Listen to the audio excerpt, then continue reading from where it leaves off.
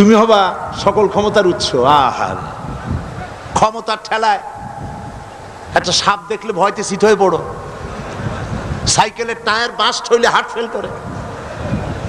সকল ক্ষমতার উৎস, সকল ক্ষমতার উৎস জনগণ। এই কথা বলা কবিরা গুনাহ, এই কথা বিশ্বাস করা হারাম। কোরআন আয়াতুল কুরসি আল্লাহ কোরআনে নাজিল করে সার্বভৌমত্বের মালিক কে হবে সমস্যার সমাধান করে দিলেন।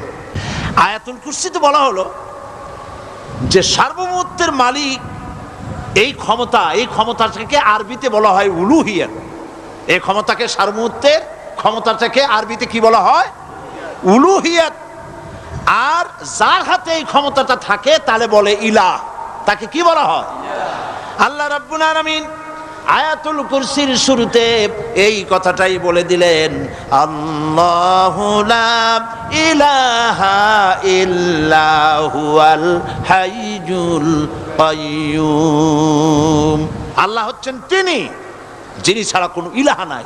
তার মানে হলো সার্বভৌমত্বের একচ্ছত্র মালিকানা কার হাতে? চিৎকার দিয়ে বলুন, আল্লাহ রাব্বুল আলামিনের হাতে।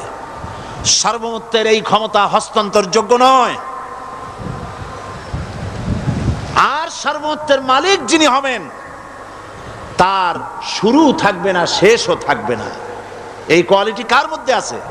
আল্লাহ পাকের মধ্যে। আল্লাহ পাক বললেন তিনি হচ্ছেন আল হাই আল কাইয়্যুম।